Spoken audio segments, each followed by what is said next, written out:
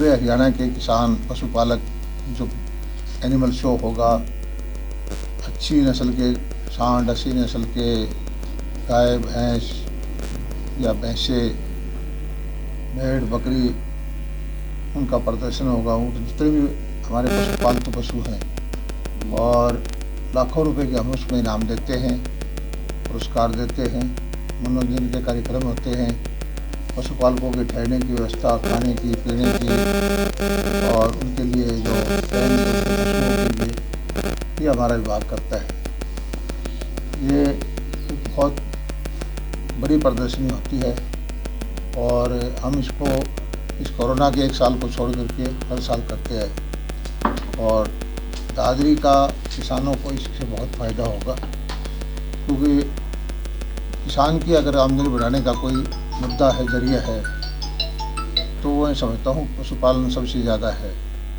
अगर अच्छी नस्ल की पशु पालें, वो दूध का उत्पादन बढ़ जाए, तो उससे पशुपालन की द्वारा ही किसान की आमदनी बढ़ सकती है। हमारा मुख्य मुद्दा भी यही है कि जो हरियाणा के बेस्ट एनिमल हैं उनको किसान देखें, उनके मालिकों से मिलें, उनकी परवरिश कैसे की है, कितना दूध का उत्पादन है, कैसे कैसे क्या क्या संभाल की है, तो उसको उनको जागृति मिलेगी। और हमारे विभाग के अधिकारी भी हमेशा वहाँ उपलब्ध रहेंगे, और कुछ जो है स्टॉल भी लगेंगे, प्रदर्शनी, पशु से संबंधित सारी जानकारी एक स्थान पर बन देगी। धन्यवाद। सर, मेले में किन किन शख्सियत के पूजने की? देखिए, हम केंद्र से मंत्री भी आते हैं इसमें। एक शुरुआत में मुख्यमंत्री से करवाएंगे या केंद्र के मंत्री से करवाएंगे। क्लोजिंग से भिवानी में हमने गवर्नर से करवाया था। अभी इन महानुभावों से समय लेना है, लेकिन या तो गवर्नर साहब या केंद्रीय मंत्री या मुख्यमंत्री एक क्लोजिंग पे आएंगे, एक ओपनिंग सेरेमनी में आएंगे। हरियाणा बजट को लेकर जो अभी आ रही है, हरियाणा बजट ला रही है सरकार, सेशन चला रही है, क्या स्वामीनाथन रिपोर्ट या कृषि के लिए कोई विशेष पैकेज की मांग की है? नहीं, हरियाणा बजट स्वामीनाथन रिपोर्ट का तो हरियाणा ने पहले ही लागू कर रखा है, एक मुद्दे को छोड़ करके कि जमीन का जो भाव है, C2 फार्मूला है कि जमीन मान लो 10 करोड़ की जमीन है तो उस पर ब्याज लगा के दिया जाए। उस चीज़ को छोड़ करके बाकी तो सारे फार्मूले जो स्वामीनाथन आयोग के हमने स्वीकार कर दिए हैं। और अब खेती कर रहे हो, मान लो जर्जर का ज़मीन है, 2 करोड़ की ज़मीन है, तो 20 लाख तो उसका ब्याज हो जाता है साल का। वो किसी भी तरह से किसी भी फसल में संभव नहीं हो पाता। बाकी चीज़ें जो उसको छोड़ करके स्वामीनाथन आयोग की जो रिपोर्टें थी वो सब हरियाणा ने लागू कर रखी। बजट में तो हमारा ये है कि पशुपालन के लिए कोई विशेष ध्यान हमने मांगा है, और हरियाणा के पशुपालकों के लिए खुशखबरी ये है कि हम एक जिस तरह से हेल्थ का होता है, पुलिस का है जैसे 112 नंबर है, इसी तरह से एक एम्बुलेंस सेवा शुरू कर रहे हैं। 70 पहले लौट में, फिर 130 दोबारा, 200 एम्बुलेंस चलेंगी, और उसका कॉल सेंटर वहाँ होगा पंचकुला में। किसी भी पशुपालक को, आजकल समस्या क्या है कि जो गंभीर बीमारी हो जाती है पशुपालक को, तो डॉक्टर कहता है कि हॉस्पिटल ले आए, पशु चलने की हालत में नहीं होता, और हॉस्पिटल के जाए बगैर उसका कोई इलाज नहीं होता। तो अब ये है कि एम्बुलेंस सेवा उस कॉल सेंटर के माध्यम से हम शुरू करें, और बाकायदा उसकी मॉनिटरिंग वहाँ से हो। हम देखेंगे कि किसान ने कितने देर में फ़ोन किया और कितनी देर में आसपास की जो एम्बुलेंस है विद डॉक्टर विद मेडिसिन उस किसान के पास पहुँची, और उसके बाद उसका फॉलो करेंगे, उसका इलाज क्या हुआ, क्या चीज़ की क्या नहीं हुआ। तो हमारी कोशिश ये है कि हरियाणा के किसानों को, पशुपालकों को हेल्थ की जो सेवाएँ हैं बिल्कुल बेस्ट से बेस्ट दी जाए, और ये एक तरह से क्रांति आएगी कि 200 एम्बुलेंस मान लो दादरी जैसी जिले में 8-10 एम्बुलेंस हो जाए, 7-8 भी हो जाए, तो कहीं पर भी किसी भी गांव में पहुंचने में उनको 15 मिनट का टाइम लगेगा। आवारा पशुओं को लेके किसान परेशान है। हाँ, शहर में आए दिन एक्सीडेंट हो रहे हैं। ये सही है कि सड़कों पर पशु हैं। इसी बजट में हमने मांग की है कि हमारा जो गौ सेवा आयोग का बजट बढ़ाया जाए। मुख्यमंत्री जी से मुझे पूरी उम्मीद है कि बढ़ेगा, और कुछ गौशालाएँ नई और खोली जाएँ। हमने हमारी सरकार बनने के बाद में बहुत सारी गौशालाएँ खोली है, 4.5 लाख के आसपास से समाज सेवियों ने खोली, सरकार ने भी खोली। 4.5-5 लाख गाय गोवंश उसमें है और अभी भी हमारे आकलन के हिसाब से 60-70 हज़ार गोवंश बाहर है। हम कोशिश करेंगे कि उसको भी गौशाला में। राजस्थान के अंदर किसानों को तारबंदी के लिए सब्सिडी वगैरह दिया जाता है, जबकि हरियाणा में इस प्रकार का कोई प्रावधान नहीं है कि आवारा पशुओं से खेती को देखिए, बचाया जाए। तारबंदी कोई समाधान नहीं है। समाधान तो ये है कि सड़कों पे गौवंश ना रहे। हम भी देते हैं, हमारे यहाँ तारबंदी की पॉलिसी पहले है, हॉर्टिकल्चर में है, उनको हम दे रहे हैं। इलेक्ट्रिक फेंसिंग की भी पॉलिसी है, सब्सिडी देते हैं।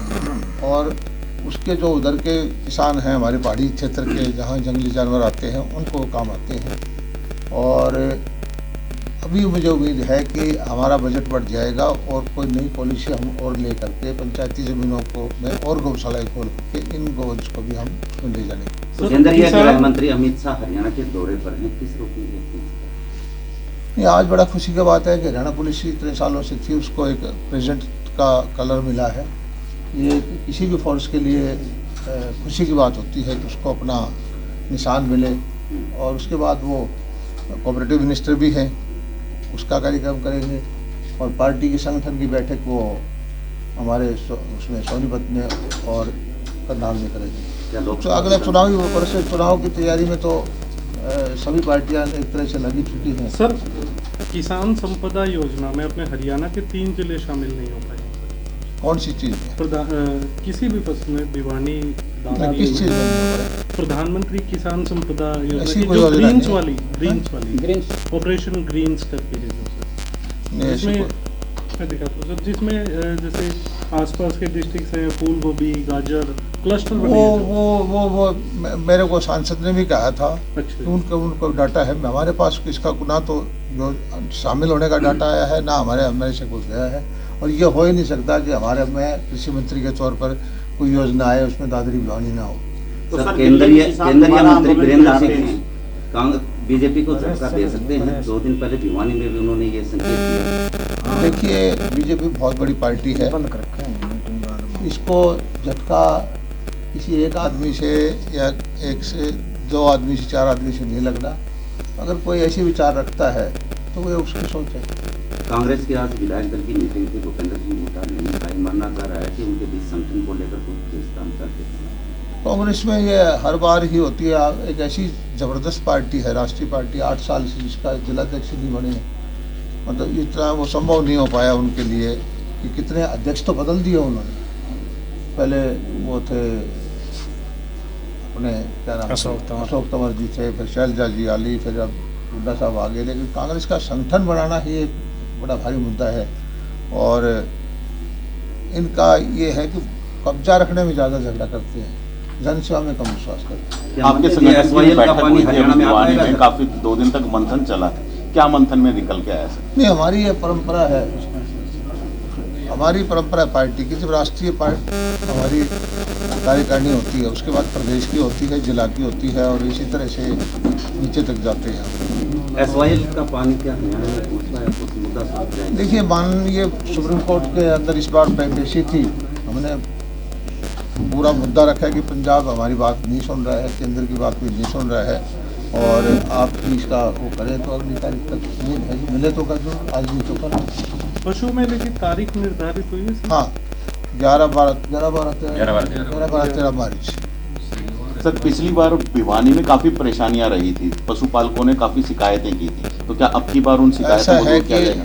2 चीज़ें होती हैं कि बहुत सारी पॉजिटिविटी होती है, बहुत सारी खासियत होती है। उसमें 1-2 आदमी को शिकायत भी हो सकती है। हमें तो ये फीडबैक मिला था कि पशुपालक देखने वाले वो कहते हैं कि ऐसा कार्यक्रम भिवानी में पहले कभी नहीं हुआ। हो सकता है इक्का दुक्का जो चीज़ कमी रहेगी उसको सुधारेंगे। आज तक जो यात्राएं चल रही हैं जी, कभी कांग्रेस कर रही है, कभी इनेलो कर रही है, कभी बर्दाश्त। चुनावी वर्ष है, सब लोग अब जनता के दरबार में जाएंगे और सबको ये